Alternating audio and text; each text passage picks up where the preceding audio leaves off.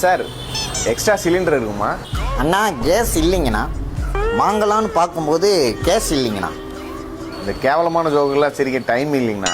சாம்பார் கொதிக்குது. ஆனால் ஒன்றுங்கண்ணா, நம்ம ஆட்சிக்கு வந்தாங்கன்னா சிலிண்டரே இல்லைங்கண்ணா. அப்போ கேஸில் எப்படி கேரி பேக்கில் பிடிச்சிட்டு போகணுமா? அண்ணா அப்படி இல்லைங்கண்ணா. ஃபாரின் கண்ட்ரிஸ் மாதிரி அண்டர் கிரவுண்டு வழியாக கேஸ் லைனை வந்து பைப்பை வந்து விடுவாங்கண்ணா. அப்படி வந்து யாருக்குமே தெரியாமல் கொண்டு வந்துடலாங்கண்ணா. எது இந்த ஜிஎஸ்டி நீட்லாம் கொண்டு வந்தீங்களா அந்த மாதிரியா? அண்ணா நீங்கள் நல்ல ஒரு விஷயம் புரிஞ்சுக்கணுங்கண்ணா. நான் யாரையுமே வந்து இங்கே வந்து குறை சொல்ல வரலைங்கண்ணா. இங்கே வந்து அரசாங்கம் சரியில்லைங்கண்ணா. சார் எங்கேயோ நடக்கிற வார்க்கு இவங்க என்ன சார் பண்ணுவாங்க? எதாவது சொல்லணும்ல உங்களுக்கு? அண்ணா போரே நடந்தாலும் சண்டை போட்டு வாங்கணுங்கண்ணா. எது அடியா? சும்மா சமாளிக்காதீங்க சார். அண்ணா நீங்கள் உத்து கவனிச்சிங்கன்னா நீங்கள் வந்து தெரிஞ்சுக்கலாங்கண்ணா. இல்லை நார்மலாக பார்க்கும்போதே தெரியுது நீங்கள் சமாளிக்கிறீங்கன்னு. அண்ணா காலேஜ் பசங்க கிட்ட போய் அண்ணா நீங்கள் அரசியல் வாங்கண்ணா அப்படின்னு சொன்னால் ஏற்றுக்க மாட்டாங்கண்ணா. அவங்க அண்ணான்னு கூப்பிட்றதா ஏற்றுக்க மாட்டாங்க.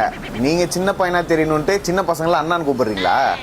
அண்ணா சிம்பிளாக ஒரு மெட்டஃபர் ஒன்று சொல்கிறேங்கண்ணா. அண்ணா தமிழ்நாடுங்கிறது ஒரு விமானம் மாதிரின்னு வச்சுக்கோங்கண்ணா. அந்த விமானத்தில் எங்களுக்கு ஒரு இடம் கொடுத்தீங்க அப்படின்னா எங்களோட திறமை என்னன்னு உங்களுக்கு தெரியுங்கண்ணா. எது இந்த பறந்துன்னு இருக்கும்போது உங்கள் ஆளுங்களாம் எமர்ஜென்சி டோரை திறந்து நிற்பாங்களே அந்த மாதிரியா? எப்படிங்கண்ணா? புரியலங்கண்ணா. இன்னொரு விஷயங்கண்ணா, அண்ணா இந்த லியோ நாட்டில் லியோவா? ஆமாங்கண்ணா. ஏன்னா ஜனநாயகன் வரல இல்லைங்களா? நீங்களும் நான் நோவு பண்ணி காக்கா பிடிக்க பார்க்குறீங்க. ஆஹா, அவர் ஒத்து வர மாதிரி தெரியல. அவர் தான் கோட்டாச்சே.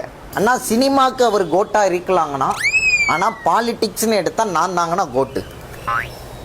அதான் தெரியுமே.